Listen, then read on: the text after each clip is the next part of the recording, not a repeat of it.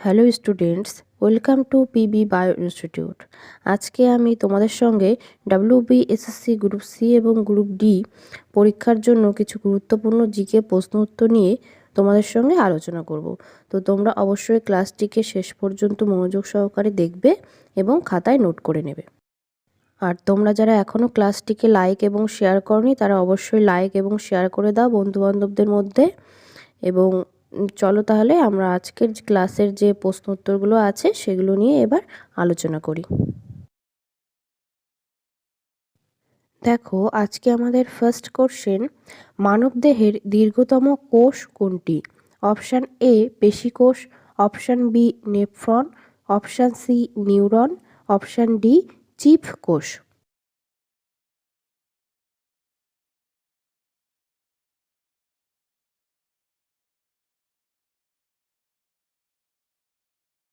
Answer option C neuron. কিছু কিছু ক্ষেত্রে এই নিউরনটা কিন্তু 1 মিটার পর্যন্ত লম্বা হতে পারে। এই নিউরনের গঠনটা হয়তো তোমরা জানবে। এখানে অ্যাক্সন নামে যে প্রবর্ধকটা থাকে তার জন্য কিন্তু এই নিউরনটা দীর্ঘ হতে পারে। এই নিউরনকে বলা হয় স্নায়ুতন্ত্রের গঠনগত এবং কার্যগত একক। আর এই নিউরনের সেন্ট্রোজোম না থাকায় এটি কখনো বিভাজিত হয় না এই কোষটি। এবং এই নিউরনকেই কিন্তু স্নায়ুকোষ বলা হয়। তো তোমাদের অপশানে কোথাও কোথাও বেশিরভাগ দেখবে স্নায়ুকোষই হয়তো থাকবে, তো স্নায়ুকোষই কিন্তু অ্যান্সার হবে তখন, আর নিউরন থাকলে নিউরন অ্যান্সার হবে। আর এখানে দেখো অন্য অপশানগুলো যদি দেখি, তো পেশিকোষ কিন্তু সাধারণত 30 সেন্টিমিটারের বেশি দীর্ঘ হয় না। আর নেফ্রন বলতে তো এখানে নেফ্রন ওই দীর্ঘতম কোষের দিক দিয়ে আসবে না। এখানে দেখো যে বৃক্ষের গঠনগত কার্যগত একক কাকে বলে, একটা কোশ্চেন হয় তোমাদের, তো সেক্ষেত্রে কিন্তু আমাদের অ্যান্সার হবে নেফ্রন। আর চিপ কোষ থাকে হচ্ছে পাকস্থলীতে। এরা পাকস্থলীতে অবস্থিত এক ধরনের ক্ষুদ্র পাচক কোষ, যার কাজ হচ্ছে পেপসিনোজেন ক্ষরণ করা।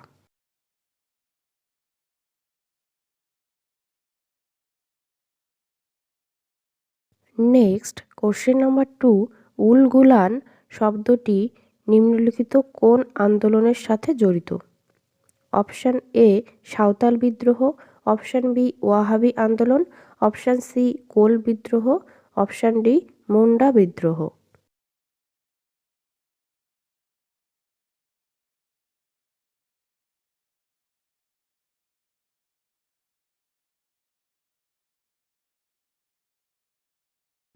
অ্যান্সার অপশান ডি মুন্ডা বিদ্রোহ। এই উলগুলান শব্দটি হচ্ছে এই মুন্ডা বিদ্রোহের সঙ্গে সম্পর্কিত। আর এই মুন্ডা বিদ্রোহটা হয়েছিল বিরসা মুন্ডার নেতৃত্বে 1899 থেকে 1900 সালে।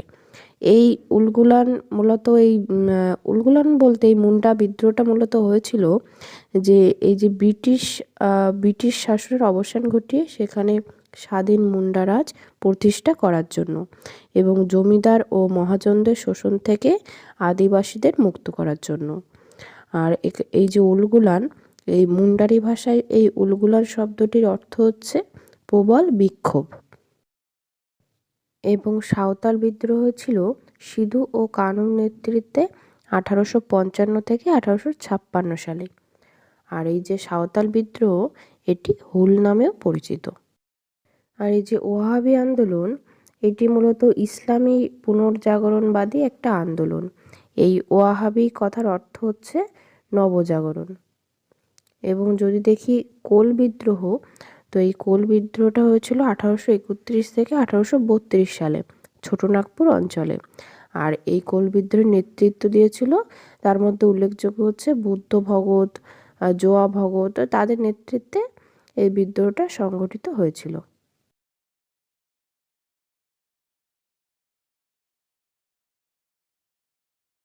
Next question number 3, Durgesh Nandini এর লেখক কে? Option A Saratchandra Chattopadhyay, option B Bankimchandra Chattopadhyay, option C Rabindranath Thakur, option D Michael Madhusudan Dutta.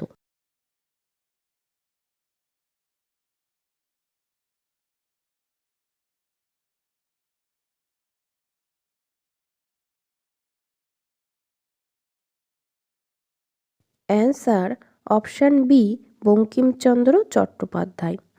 এটি 1865 সালে প্রকাশিত বাংলা সাহিত্যের প্রথম সার্থক উপন্যাস। আর এটি একটি ঐতিহাসিক উপন্যাস যেটি রচনা করেছিলেন এই Bankimchandra Chattopadhyay.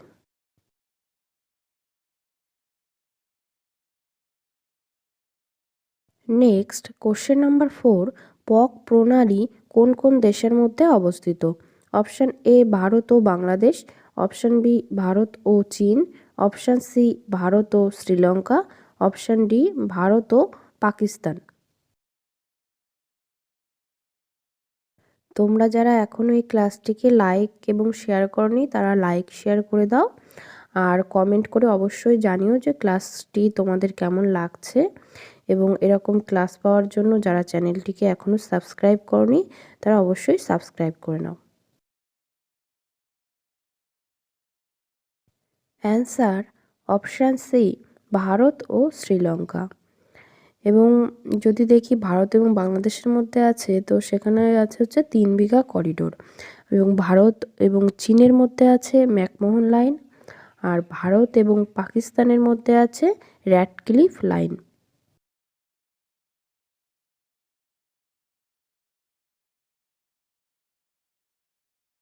Next question number 5, নিম্নলিখিত জায়গাগুলির মধ্যে কোনটিতে ব্যাঘ্র প্রকল্প আছে? Option A Gorumara, option B Jaldapara, option C Buxa, option D Gir.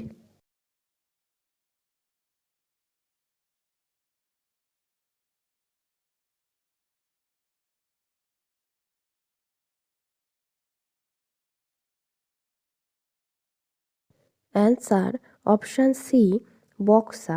এই বক্সা হচ্ছে পশ্চিমবঙ্গের আলিপুরদুয়ার জেলায় অবস্থিত। 1983 সালে ভারতের 15তম বাঘ সংরক্ষণাগার হিসাবে ঘোষিত হয়েছিল। আর এছাড়া যদি দেখি গরুমারা, তো গরুমারা এবং জলদাপাড়াতে হচ্ছে মূলত একশৃঙ্গ গন্ডার সংরক্ষণ করা হয়, এবং গির ন্যাশনাল পার্কে সংরক্ষণ করা হয় হচ্ছে সিংহ। গরুমারা এবং জলদাপাড়া পশ্চিমবঙ্গে অবস্থিত, এবং গির হচ্ছে গুজরাটে অবস্থিত।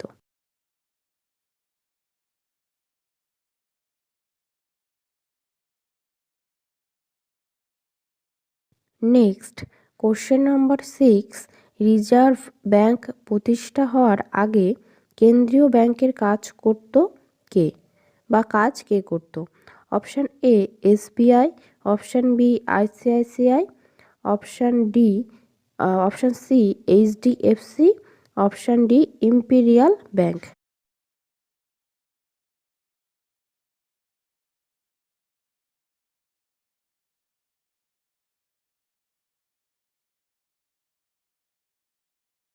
Answer option D Imperial bank.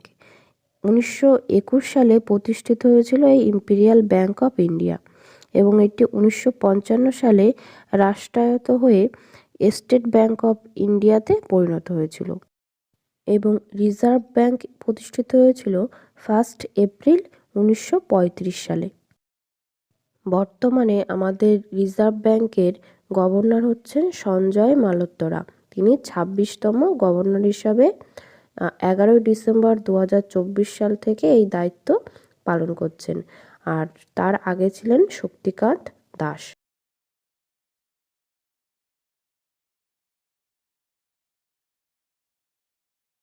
Next question number 7, কাপড় কাচা সোডা এর রাসায়নিক নাম কি?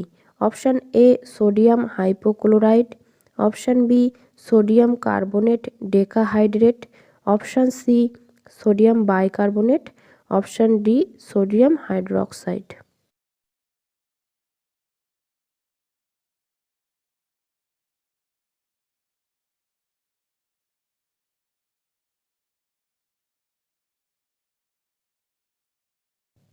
Answer option B sodium carbonate decahydrate. আর এর যদি সংকেতটা আমরা দেখি তো সেটি হবে Na2CO3.10H2। আর এটি সাদা গন্ধহীন ক্ষারকীয় একটা পাউডার, যেটা কি না আমাদের জলে দ্রবণীয় এবং জলে স্থায়ী ক্ষারতা দূরীকরণে ব্যবহৃত হয়।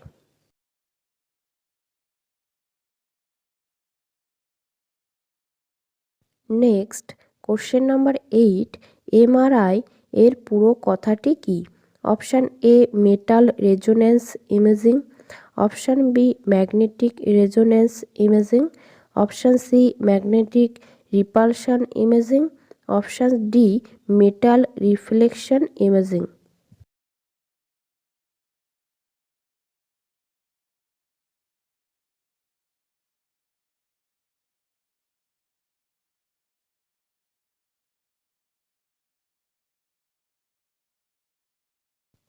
Answer option B magnetic resonance imaging.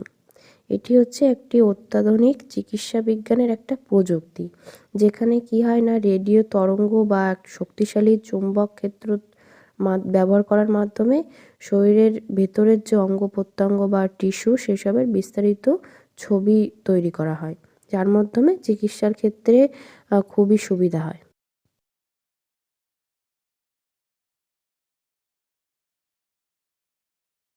Next question number 9, 2026 সালের 26শে জানুয়ারি ভারতের কততম প্রজাতন্ত্র দিবস? অপশান এ 77তম, অপশান বি 76তম, অপশান সি 75তম, option D 78তম।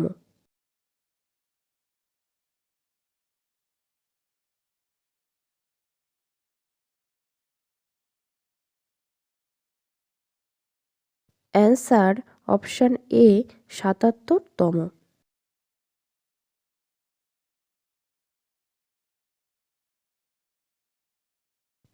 Next question number 10, বায়ুমণ্ডলের কোন স্তর বেতার তরঙ্গ প্রতিফলিত করে? Option A troposphere, option B mesosphere, option C ionosphere, option D stratosphere.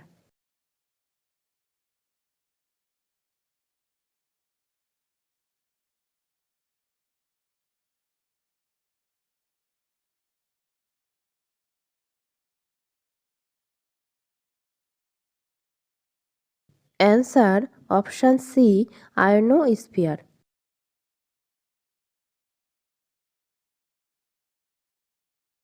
এই ক্লাসটিকে তোমরা সবাই লাইক এবং শেয়ার করে দিও এবং কমেন্টে জানিও যে ক্লাসটি তোমাদের কেমন লাগলো। এছাড়া যারা এখনও সাবস্ক্রাইব করনি চ্যানেলটিকে, তারা অবশ্যই সাবস্ক্রাইব করে নাও। আর এর পরেও নেক্সট ক্লাসে আমি তোমাদের সঙ্গে আবারও এরকম কিছু গুরুত্বপূর্ণ প্রশ্ন উত্তর নিয়ে আলোচনা করব। তো তোমরা অবশ্যই ক্লাসগুলিকে ফলো করবে, একদমই মিস করবে না।